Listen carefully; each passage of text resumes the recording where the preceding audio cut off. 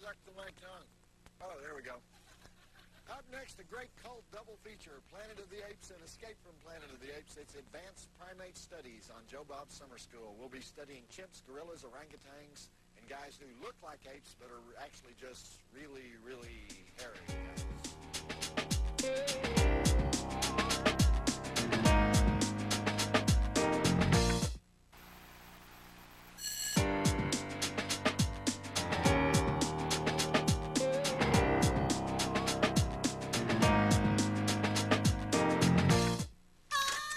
Okay, what is this? Week 5? What? Week 5 of Joe Bob Summer School, where we try to answer the question, if a man says something in the woods and there's no woman there to hear him, is he still wrong? I am Professor Joe Bob Briggs, and tonight's class is Advanced Primate Studies, where my lecture on the evolution of the species will be accompanied by the long-awaited cult double feature of Planet of the Apes and Escape from Planet of the Apes. Did you know that human beings have DNA that is 98.4% identical to the DNA of chimpanzees? No way. Humans have a couple of 100,000 genes, and only about 2,000 of them are different from the genes of a chimp. The DNA of any two people is 99.9% identical, and the DNA of siblings, with only a handful of genes that are different, is 99.99% the same, which means, of course, that it's possible that my daddy was actually a chimp. And there are also special cases of humans who were descended not from the apes, but from reptilian life forms. These humans are called marketing executives. Now, how is this information useful? It's useful in that it can be used to calculate when man branched off from each of the other species, from the ape to the household sponge. So scientists, even more intelligent than myself, have estimated that it has been 5 million years since we separated from the chimps. With 2,000 genes that are different, the rate of mutation comes out to 2.5 million years per 1,000 genes, or one new gene every 2,500 years. Are you following this? That one new gene showed up in the 1970s, as a matter of fact. Bob Barker got it, host of Price is Right. Okay, I know what you're waiting for. Let's compare humans to farm animals. The DNA of most farm animals is 70% identical to ours, except in 3 cities in Iraq and 1 neighborhood in East Dallas. And then it's a little higher. With approximately 14,000 genes that don't match, we can calculate that we separated from your basic dairy cow 35 million years ago, which explains the willingness of some people to work in freeway toll booths. Let's compare humans now to, I don't know, beer. Beer contains yeast. The DNA of yeast is 30% identical to that of humans, which means that we have 60,000 genes that are interchangeable with that of fermented barley and hops once quaffed by Teutons in loincloths. And with 140,000 that are different, we know that we separated as a species from beer, class. That's right, 350 million years ago. So let's look at that sponge that I mentioned. We were one with sponges a mere 630 million years ago, unless it has the scrubby side, and then it's 640 million. Many of these sponge genes have survived to the present day in the form of agents. And speaking of simians, we'll be meeting later on tonight with one of the original Planet of the Apes talking chimps. But right now, it's time to start the film that spawned 4 sequels, 2 TV shows, a comic book, and every gas station giveaway or Happy Meal tie-in that ever graced this great country of ours. And from what I understand, there are a lot of people who think this flick is cheesy. I hope there are none of them here. Well, 20th Century Fox didn't want to make it at first because of that very reason. They thought people would laugh when they saw humans having conversations with guys in monkey suits. So the producer, Arthur Jacobs, he put Edward G. Robinson in ape makeup, and he had him play a scene out of Rod Serling's script with Charlton Heston, and they filmed it, and they showed it to all the secretaries, and guess what? Nobody laughed. And it's still great. Charlton Heston plays the astronaut who lands on a planet that looks suspiciously like the desert outside of Vegas, where he's captured by talking apes. It's obviously a classic, so check it out. That's it. We'll do the drive-in totals later. See? 5 million years ago, we were all chimps. Keep that in mind. Bobbio would have had a talk show. 5 million years ago. Pauly Shore would sell menswear. Gloria Steinem, she'd shave her legs just to be different. First, there was my TNT Monster Vision website with the famous caption contest, which is still going strong, I might add. Then we added the incredibly sexy Monster Vision t-shirt, coveted by would-be prize winners everywhere. Then we added the Find That Flick contest, in which you can win all kinds of free junk just by knowing the plots of weird movies. And now we proudly present Joe Bob's Summer School website, which is the perfect companion to my summer-long movie lineup on TNT. Well, not the perfect companion. Jennifer Lopez would be the perfect companion. But my point is, I'm slowly building an empire here at TNT. It's no longer possible to take me lightly, and I'll take just as much time as I want with this promo. Okay, to find out your class assignments and guest lecturers, get on the information superhighway and drive to tnt.turner.com/summer school and enroll at Joe Bob Summer School now at tnt.turner.com/summer school. Back to Joe Bob Summer School and Planet of the Apes on TNT. A little slow getting started, in case you haven't watched this movie in a while. But remember, everybody was primed for the apes. See, they were holding off revealing the apes because with a title like Planet of the Apes, everybody in the theater knew the apes were coming. They just didn't know when or how. But Charlton Heston, in what I think is one of his best roles. He had that whole apocalyptic period. You know, he made two of the best sci-fi movies of the late 60s, early 70s. He made this one, and he made Soylent Green. But you can't watch him today without thinking National Rifle Association, right? Current president of the NRA and completely politically incorrect. He actually had the kahunas to speak at Harvard and admit that he had a hand in getting my pal Ice-T dropped from Warner Brothers Records during that cop killer controversy. President of the NRA speaking out against a song about shooting people. You know, the guy just hacks off everybody. I love the Chuckster, but I think he was wrong on that particular one because Cop Killer came out the same year that Unforgiven came out. Clint Eastwood wins an Academy Award for playing a cop killer. Same story. Anyway, my favorite Charlton Heston story is that during the LA riots in '92, his friends were all calling him up asking to borrow his guns. So Chuck says, well, why don't you buy one and take some lessons? And they'd say, well, there's this waiting period. And Chuck would say, I know, you voted for it. He was having a real good time. Okay, back to the movie. I want to see some apes, you know? I personally don't think a dang thing is going to happen when Y2K hits, though. But I may invite Chuck Heston to my New Year's Eve party just in case, you know. Because I bet that guy's got some serious ammo on hand. You know who else in Hollywood packs heat, though? Sybil Shepherd. Wouldn't that be scary if you hacked her off? Oh, and by the way, check out these boulders in the next scene here. Tell me what you think of these boulders. Want to win a free video of some obscure horror movie you've never heard of that some guy in West Virginia made in his basement? Of course you do. That's why umpteen jillion people have discovered our Find That Flick contest. If you've never heard of it, forget it. It's too complicated to explain on TV. But you can find out all about it on our Monster Vision website at tnt.turner.com/monstervision. And I'll give you one clue. If you're one of those guys who never leaves his apartment except to rent videos, this contest was designed to give heretofore unrealized meaning to your life. Play the Find That Flick contest at tnt.turner.com/monstervision. Back to Joe Bob Summer School and Planet of the Apes on TNT. How about those terrifying boulders? Were those things made out of Japanese lantern paper or what? Were those the first actual helium-filled killer boulders to be used by Hollywood? They spent all their money on the ape makeup, didn't they? Anyhow, I'll have you know that if you watch this movie any other time on TNT, you would not have been rewarded with those bare buttocks in that scene we just watched. Those are in the summer school version only. Don't you think that's kind of kinky on the part of the TNT censors? What are they thinking? You know, people might be warped by a view of Charlton Heston's buttocks, you know, but the people that watch my show, they'll just think it's normal, right?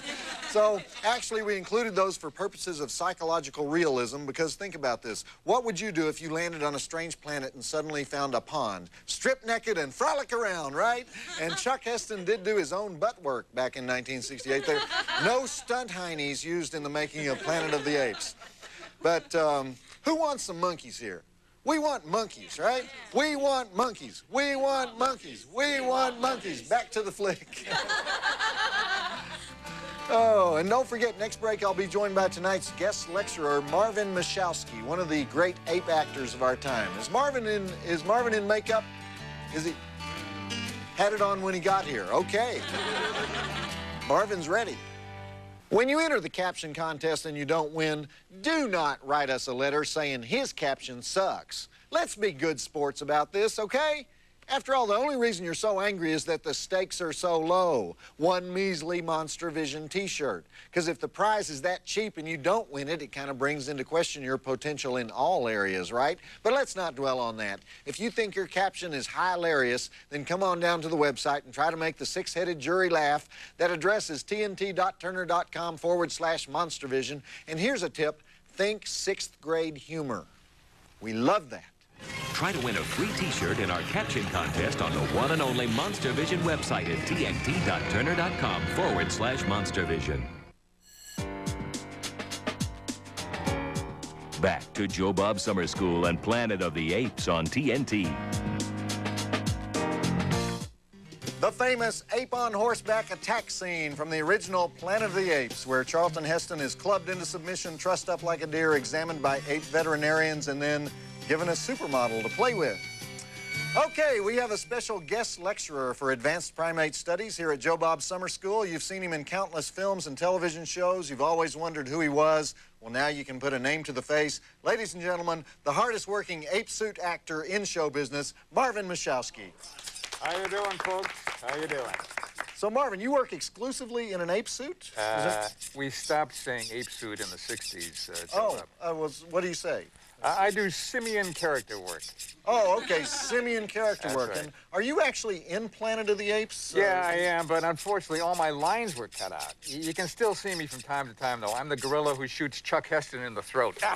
Oh, I remember that. Yeah, thanks. What was it like making such a historic film? That must have been wonderful. Well, let me tell you, Joe Bob, it was really hell. I mean, we had to sit in refrigerated trailers between shots so our makeup wouldn't melt. Well, we couldn't eat solid foods, applesauce, milkshakes through a straw, yuck, in front of a mirror, no less. If we wanted to smoke, we had to use cigarette holders. I looked like an old coward in an ape suit for a while. I must have dropped 20 pounds during that gig. See, that's why the motion picture studio should always go with professional simians. A lot of people think you can just pick up some kid off the street and throw an ape suit on him. What do you get what you pay for when you do that? A kid off the street. I understand what you mean. Was this your first film? I know you've made a lot of films. But I've worked as an extra for years before this. You know the Tarzan films? Yeah, Tarzan. Anything with jungle themes, I was in it. We would all hang out at this one little coffee shop on Sunset Boulevard, the Hamburger Hamlet. In those days, the casting directors would just come by and grab a few of us. We'd have our coffee. We'd leave a couple of coins for the lady. They'd drive us out to the set.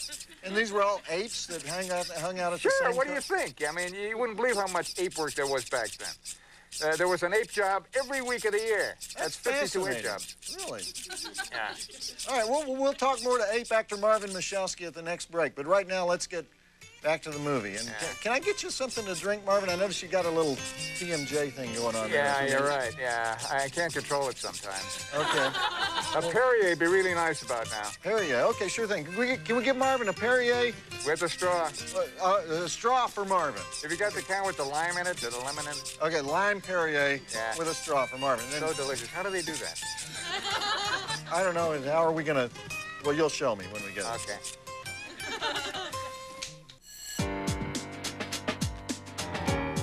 Back to Joe Bob Summer School and Planet of the Apes on TNT. That's Roddy McDowall and Kim Hunter as the peacenik chimpanzees Cornelius and Zira. Keep in mind that this film was a social statement in 1968, the era of Nixon, Vietnam, the counterculture. It's not just about guys in monkey suits. No offense, Marvin. None taken, none taken. The message in this film is what makes it a timeless piece of art. I agree with you. Thank you. We're here with Marvin Mishoowski, an actor who works exclusively in ape roles. And I got to ask you this. Speaking of Roddy McDowall and Kim Hunter, how did you feel about their getting the lead ape parts in this movie? You know, in the ape community, we didn't it didn't bother us. We knew they had to have big stars for the two lead apes. But what I didn't think was great was that Woody Parfrey, you know, for example, he wasn't a wise choice. Woody Parfrey, Woodrow Parfrey. Yeah, the guy who plays Maximus, the ape's political leader. Oh, yeah. So many of us have dedicated our entire careers and lives to this area. And don't get me wrong, Parfrey is a fine actor, a good actor. But I think he's only done a couple of previous Simians, and that was over at, in some B movies over at the Old Republic Studios. They burnt down. I don't know if you knew that. He really didn't know his business. Oh, I take it you maybe wanted the role of Maximus for yourself, or? Well, I read for it. Eddie G. Robinson had the courtesy to turn down the role of Dr. Zaius one day in that makeup chair, and he said, "Let me out of here, boys." And he was out, you know. He was a real professional, Eddie. I loved him. And then Kim Hunter said she spent a lot of time at the L.A. Zoo studying how chimpanzees kiss. But let me tell you, that's not the way chimps kiss. I mean, it was close, but it makes my blood boil thinking of how many serious ape craftsmen were sitting around a coffee shop when they could have been, you know what I'm saying. Yeah. Well, I mean, how'd you get started doing this kind of work? This is very distinctive work. Oh, yeah, you're right. Well, it was my mentor, Charlie Tubner. Charles Tubner from the original King Kong. You got it. We met when he was still doing off-Broadway stuff. I mean, I was just a kid getting coffee, you know, making myself useful backstage. One day he came in the dressing room and he saw me admiring his fur. Yes? And he said, yeah. And he said, "Kid, I see you're admiring my fur. You could make a lot of big money in this business if you know how to wear that fur."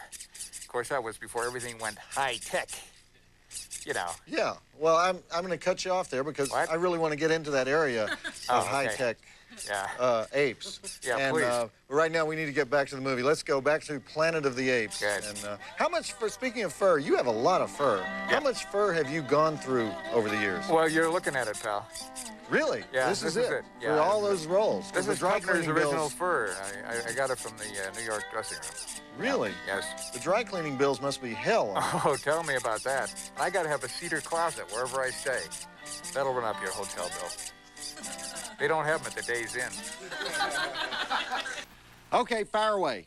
I can take it. Hit me with your best shots. You're going to reduce me to tears, aren't you? You're going to emasculate me with your mail, as usual. But if you got something to say about tonight's movie, or me, or the mail girl, or the war in Kosovo, then I invite you, because I am a masochist, to contact me at my personal email address, monstervision@turner.com, or you can visit the Monstervision website at tnt.turner.com/monstervision and send a crushing, mean-spirited email from there. Or you can even do it the old-fashioned way by sending a letter to Monstervision, care of TNT Programming, 1010 Techwood Drive, Atlanta, Georgia, 30318. So I've given you 3 ways to nuke me. I would remind you, God is watching what you write. Visit the Monstervision website at tnt.turner.com/monstervision. Back to Joe Bob Summer School and Planet of the Apes on TNT. The lovely Linda Harrison as Nova with that animal skin bikini prominently displaying her 2 enormous talents. Yes, Marvin, I agree with you. Linda was Miss Maryland 1965, and boy, did she deserve it. She also got first runner-up in the Miss America pageant, but Miss Ohio said she was a Sunday school teacher, and Linda said she wanted to be an actress. So guess who won the contest? Linda was kicking herself for being so stupid when an agent told her he could get her a contract at 20th Century Fox, and once she got there, like a smart cookie, she started dating Richard Zanuck, the head of the studio, and she played the part of Zira in the screen test that I talked about earlier, but I'm guessing that she didn't do too well since she ended up playing a part with no lines. You know all about that, don't you, Marvin? Oh, yeah. Oh, yeah. Our guest, ape suit actor Marvin Mishoowski. He's still here with us. And Marvin, you were telling us how roles for guys in ape suits have dwindled. It's something terrible. Nowadays, they use all these computerized apes. It all started back in '76 when Dino De Laurentiis remade King Kong. He used a guy in an ape suit and then told people it was a mechanical ape. What a slap in the face that was. In King Kong Lives, then he gave the suits credit, but the movie was such a bomb that it did us a lot more harm than good. You know what I mean? That's when we started forming our own union. Really? You guys are organized? What? AG. What? AAG. Ape Actors Guild. Oh, okay. Anyway, you look at a movie like Mighty Joe Young, a remake from last year, maybe 10% of that movie is actual ape artists. You know how many of us were in that audition? You know how many? I can imagine. It was like an aerial view of the closing of Saigon. Really? Yeah, that's right. That's got to be painful, Yeah, and it nobody was. gets a job. Oh, it's terrible. And they only pay scale for under 5 contracts. Apes with fewer than 5 lines, under 5 contracts. Which... You understand this, don't you? That's good. Oh, I guess all ape roles are under 5 lines. So Yeah. We tried to get the definition of a line change to any audible noise. For example, if I do this, I really get hot doing that. Yeah. That should be a line, though, you know? Or this. Yeah. That should really be 2 lines. Really? Just for the wear and tear on my vocal cords. I see what you mean. Plus the embarrassment. Because how do you define a line? And that's a lot more taxing than a line like, you know, frankly, my dear, I don't give a damn. You are some impressionist, you know? Have you ever tried to just do that, maybe?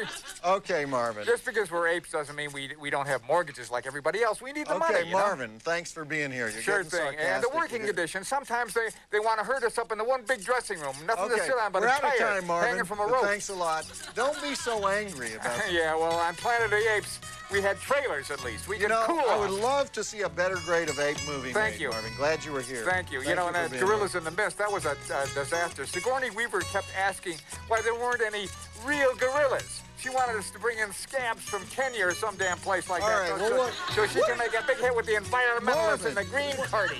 Marvin, That's all right. you're obsessed with it. What do you do Well, between... what would you be obsessed with? This is my life. What do you do between pictures, Well, Marvin? that's what 'Cause happened to me. there's- You know what happened to me last week down at the unemployment? The lady comes up to me and she says, what are you doing? Why don't you do some other job, some other work? This is my only work. I'm an ape simian person. I understand that. Okay, calm down. All right, I'm calm now. I'm sorry, Joe Bob. Sometimes it's just so hard to maintain a livelihood. You know, with 2 kids in private schools, it's not easy. I can imagine. Yeah, I'm sorry. Thank you. Rusty the Mail Girl here, inviting you to visit our Monster Vision website. This is the place to get the scoop on zombies, ghouls, road warriors, or whatever happens to be the late-breaking story on this week's show. Check out our Playmate of the Week, or try your luck at the Monster Vision Caption Contest and win a free T-shirt. Or visit Joe Bob's mailbag page where you can see your favorite fan mail of the week. To find us on the internet, go to tnt.turner.com/monstervision. I'll be waiting. Visit the Monster Vision website at tnt.turner.com/monstervision.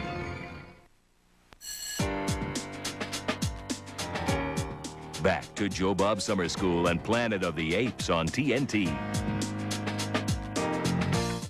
Okay, rule number 1, when you're captured by a hostile breed of orangutans whose hobbies include performing human lobotomies, don't tell them you're from outer space, okay? Make friends with them first, have a few cocktails, play a little pool, then tell them that you flew there in a metal thing that now you can't find because it's lying at the bottom of a lake. This movie is based on a French novel by a guy named Pierre Boulet, the same guy who wrote The Bridge Over the River Kwai. Rod Serling wrote the first draft of the screenplay, and you'll really notice the old Twilight Zone touch there at the end. And then he went off to work on something else, so Michael Wilson took over. Michael Wilson had been blacklisted, so between him and Rod Serling, there's all kinds of social messages in this baby. The book has the apes living in modern cities, watching the 30th century version of Leave It to Beaver and stuff, but they couldn't afford to build those kind of sets, so they turned it into a primitive world. And if I say anything else at this point, I'll give it all away, so let's move along with Planet of the Apes. Hi, I know you found me buck naked in the woods, but I'm from outer space. Where's my spaceship? Well, you know that really deep lake you have? It's in there. See, that always goes over well, doesn't it, you know? We got people over in the Terrell, Texas Lunatic Asylum who've been telling that same story for years. Think you're funnier than Joe Bob? Who isn't, right? But can you prove it? Then enter the Monster Vision Caption Contest and try to make the 6-headed jury laugh. And no, I'm not one of the heads. What do you win if you slay them with your caption? How about this incredibly collectible T-shirt? To play, go to tnt.turner.com/monstervision and look for the Caption Contest link. And may the best man, woman, or mutant win. Everyone's eligible. Oh, except Joe Bob. We've heard enough from him, don't you think? Play the Monster Caption Contest and win a free t-shirt at tnt.turner.com/MonsterVision. Back to Joe Bob Summer School and Planet of the Apes on TNT. That's the great Shakespearean actor Maurice Evans as the evil Dr. Zaius. And I got to say, the private meeting he had with Charlton Heston, that was the first intelligent conversation of the movie. The guy's a jerk, but he's the only clear thinker of the bunch, as far as I'm concerned. I should mention that Maurice Evans was Elizabeth Montgomery's father in the TV show Bewitched. I think the character's name was Maurice also. Maurice playing Maurice. Was his name Maurice, or was that Paul Lynde? No, Paul Lynde was Uncle Arthur, always showing up in the ice bucket or someplace. Somebody was Maurice. Anyhow, as Marvin was telling us earlier, Edward G. Robinson was originally going to play the part of Dr. Zaius, but he had a weak heart, and he thought sitting in the makeup chair 6 hours a day would pretty much do him in, so he bailed out. Because we all know tragic examples of fatal heart attacks caused by excessive makeup. Okay, back to the movie. This movie took so many people to do the ape makeup, by the way, and the ape hair and the ape wardrobe, that the other studios actually had to put their movies on hold. Every union makeup person in the whole town was employed on this one movie, so nobody dared to make a movie. Because think about it. Betty Davis has a zit, right? Nobody to take care of it. Who wants to deal with that?